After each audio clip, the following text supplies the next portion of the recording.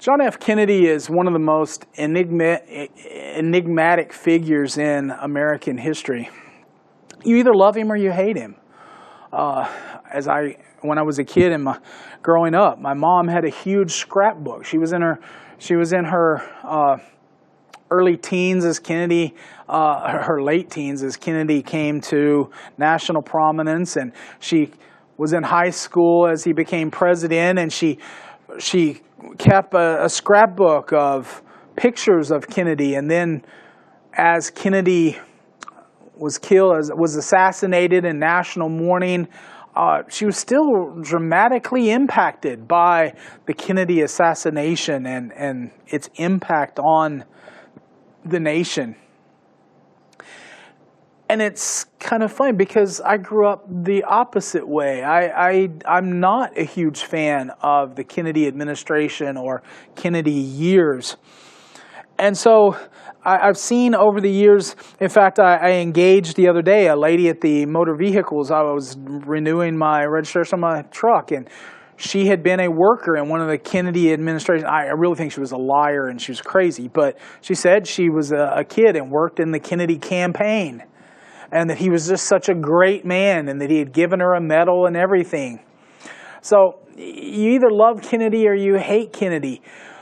But Kennedy's accomplishments, and I once had a discussion with a kid in an elevator, and as I taught this, is like, name me one thing that Kennedy accomplished. And he couldn't, but he insisted that Kennedy was a great president.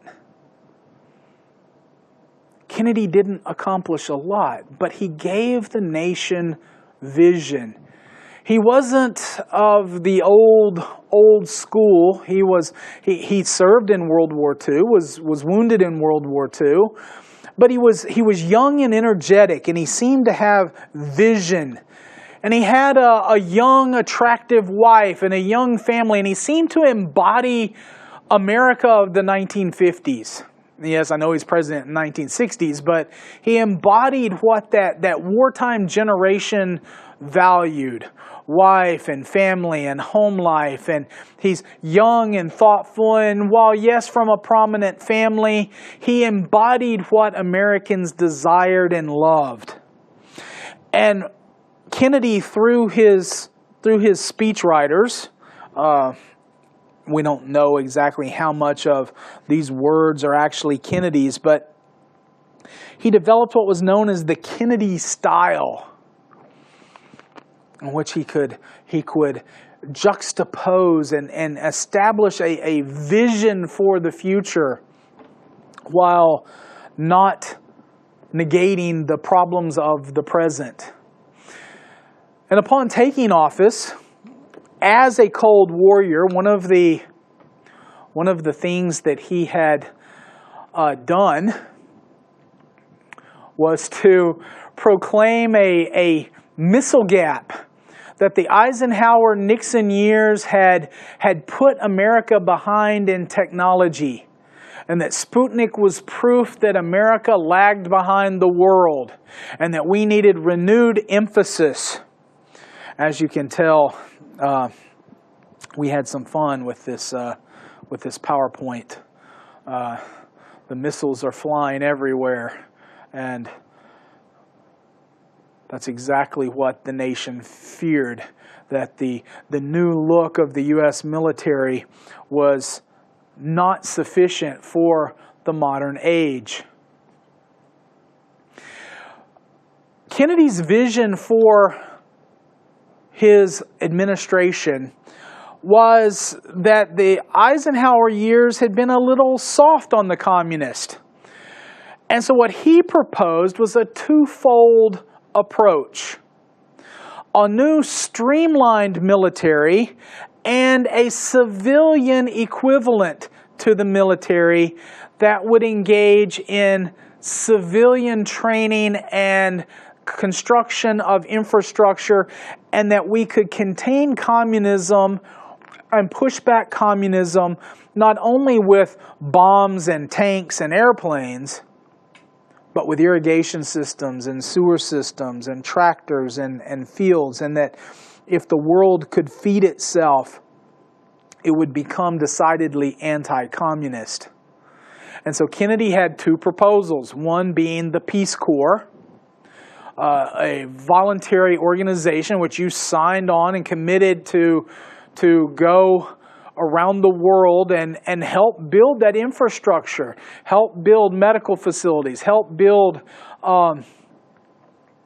sanitation facilities, to be goodwill ambassadors for the American way of life. Now, ironically, Kennedy would engage in his second act of nepotism, his first act back during his administration, appointing his brother, Attorney General of the United States, Robert Kennedy, as Attorney General. He appointed his brother-in-law, Robert Sargent Shriver, Jr., as the first director of the Peace Corps. And so the Peace Corps would be one new approach toward pushing back communism. The other was a modified military strategy of highly trained, specialized military units that would go into lesser developed countries, to use the modern phrase, lesser developed countries, and help them build their military to fight communist aggression.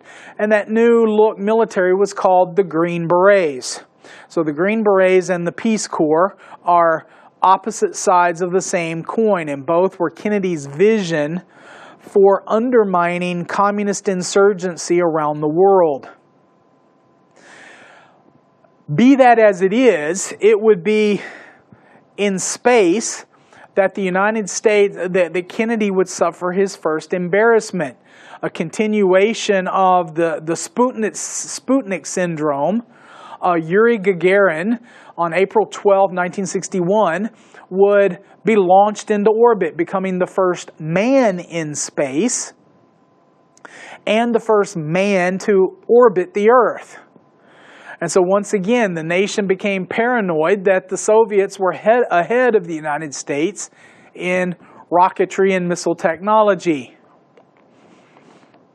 And then to add to that embarrassment, Castro to the south. Now remember from the last video, the plan that that President Eisenhower had shelved of sending sending Bautista insurgents back into Cuba to overthrow Castro, and that he had begun the training in Mexico, but had decided that it wasn't a plan that he was willing to support.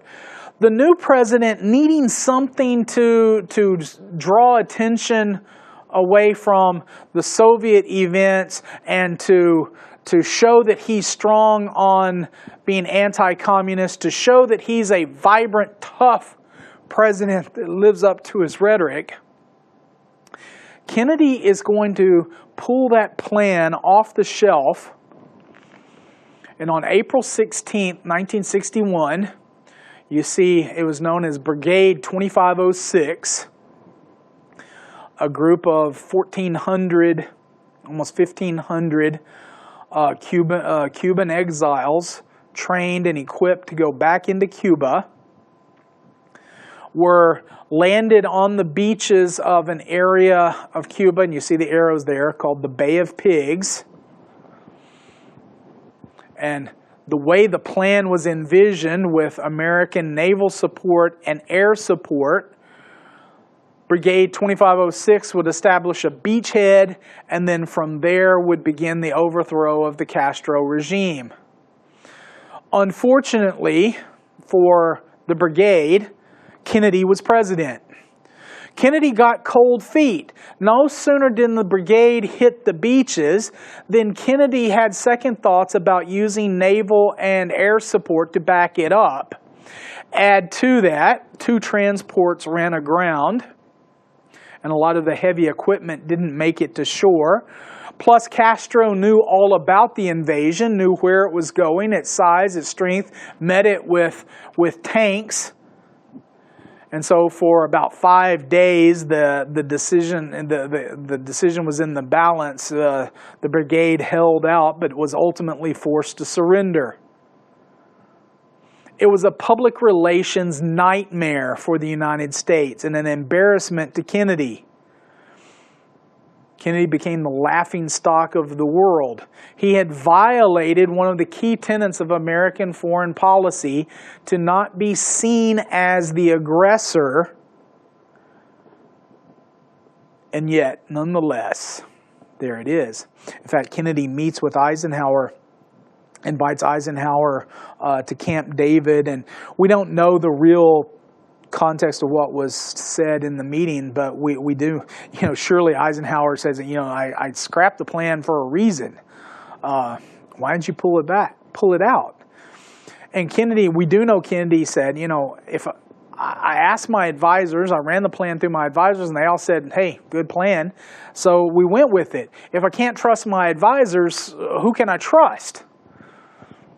And Eisenhower's response was, well, how did you talk to your advisors?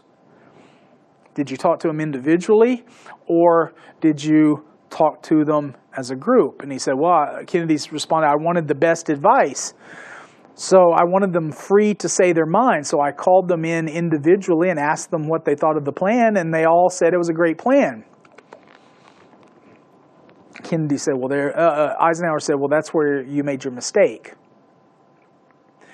You talked to them individually, and the awe of the presidency and the power that you command is so great that they're going to tell you what you want to hear.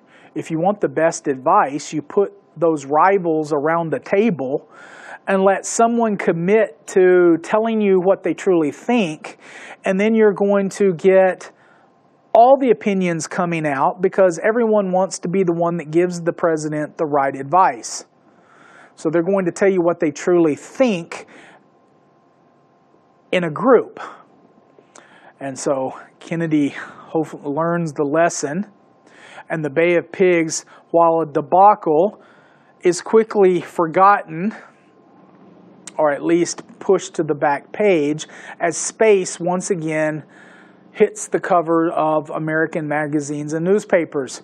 On May 5th, 1961, Alan Shepard became the first American in space, setting off what we lovingly called the space race.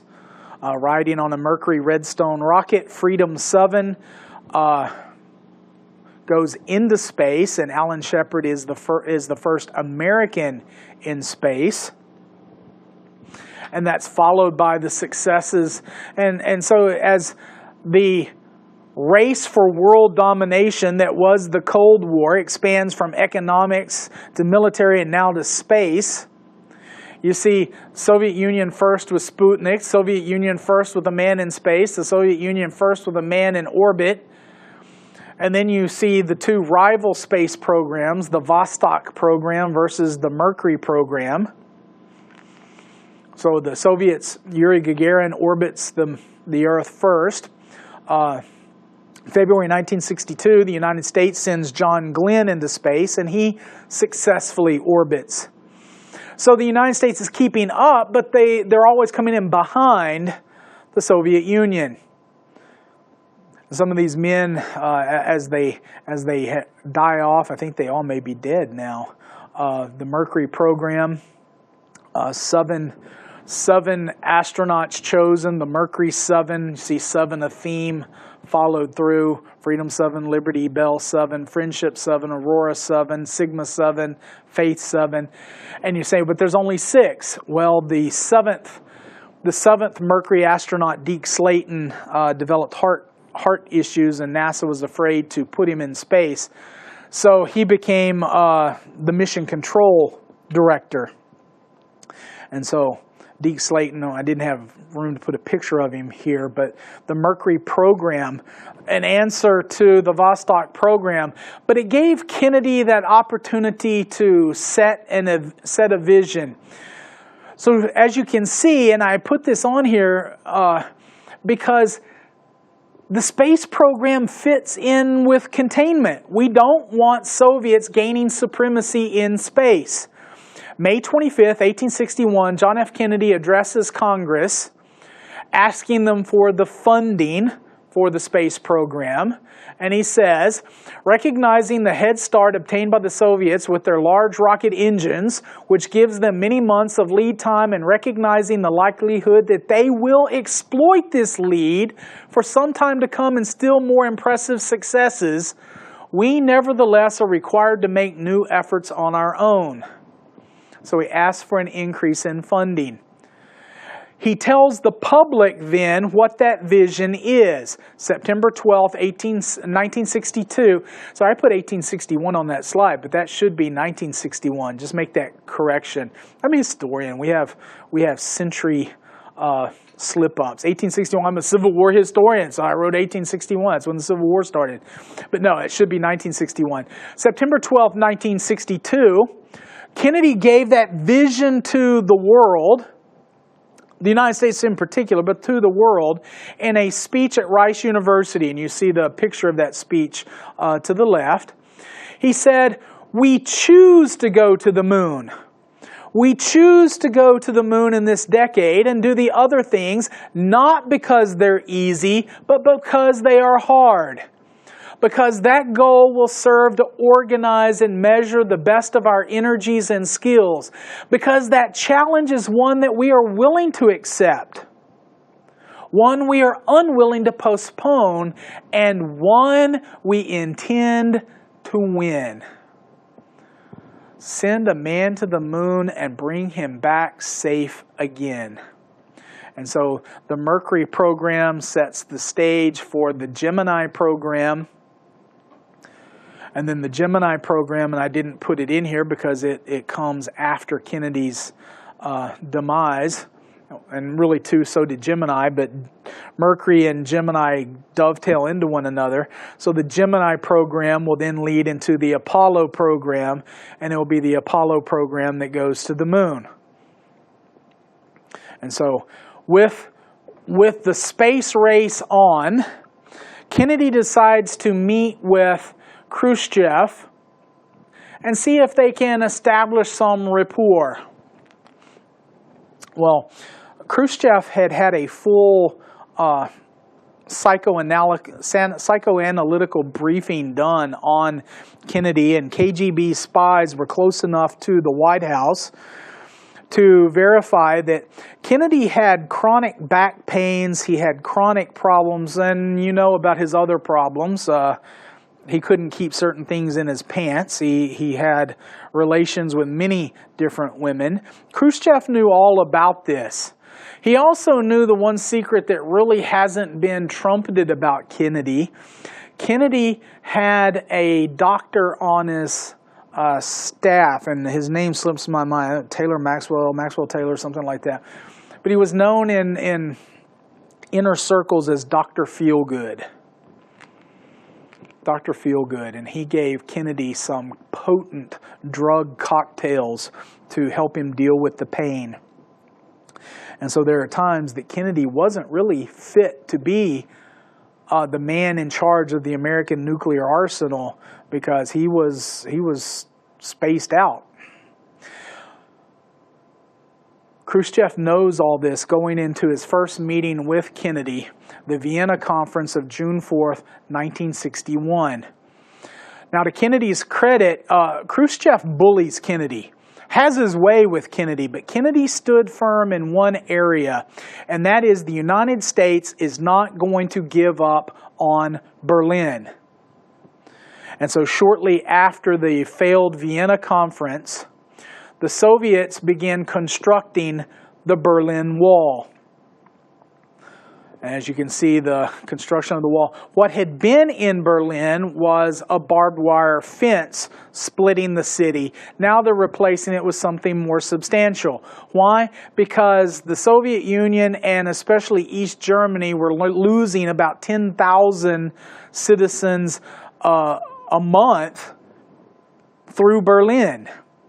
Any way that anybody wanted to get to the West, the way to do it was to get to Berlin.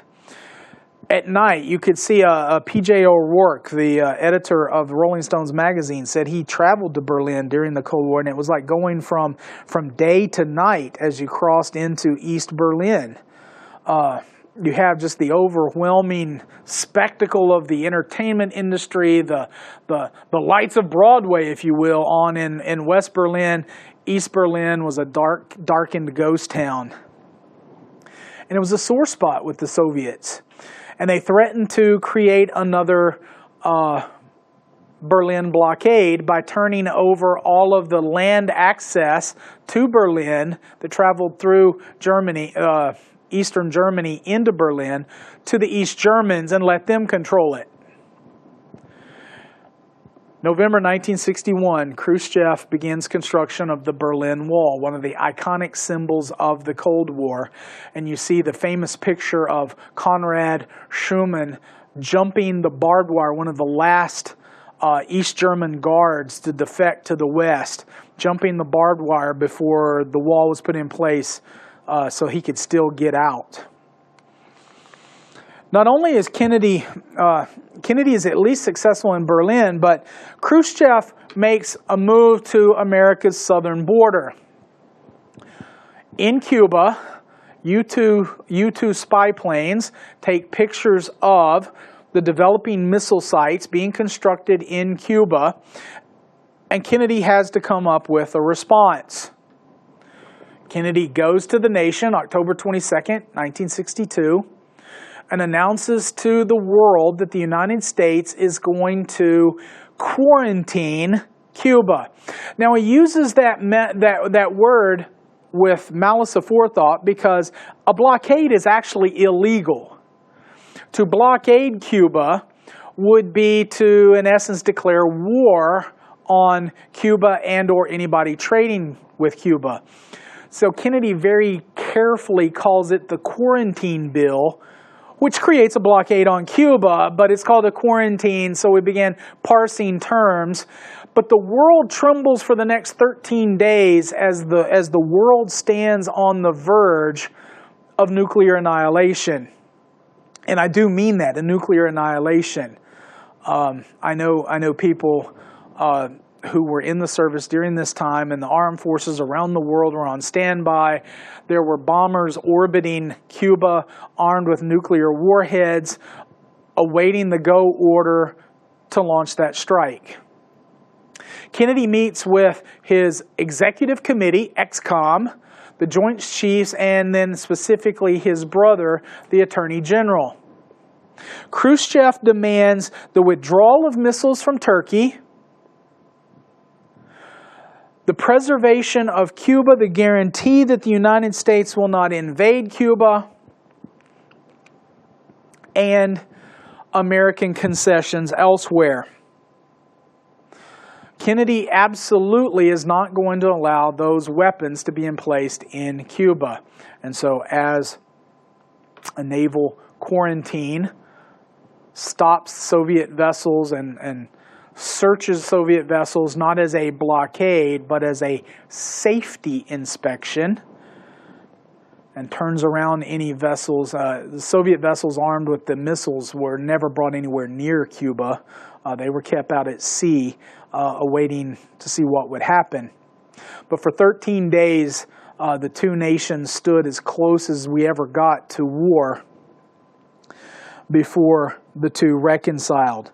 Ironically, Kennedy had already ordered the missiles out of Turkey.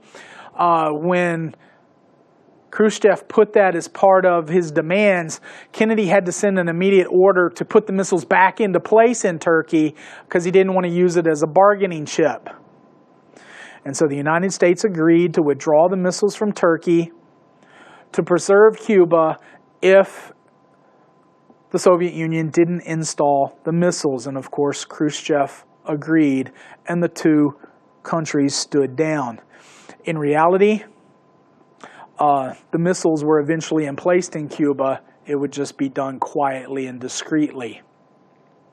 To show his support for Berlin, one of the most valuable tools that Kennedy ever used was his public speaking.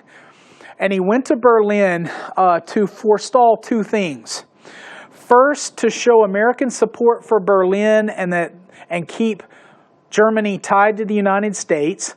And secondly, to forestall a French-German alliance that, believing NATO and the United States didn't have Germany and France as best interest at heart, nor did the Warsaw Pact, Charles de Gaulle in France is working to create closer relationships with Germany and was going to try to build a European alliance centered around France. Kennedy went to Berlin and gave a speech, his Ich bin ein Berliner speech, to forestall this, declaring that I am a Berliner, all the world's a Berliner. Well, unfortunately, if you translate that directly, what Kennedy said is, I am a jelly donut. Because in German, a Ich bin Berliner means I am of Berlin. Ich bin ein Berliner is a colloquialism for a pastry, a donut that you buy in Germany. So Kennedy made a mistake, but everybody laughed it off. You just have to wonder, if this had been George Bush, the world would have said, look at this stupid idiot. But because it's Kennedy and he looked good doing it, they laughed it off. He didn't really mean I'm a jelly donut. He means I'm supporting Berlin.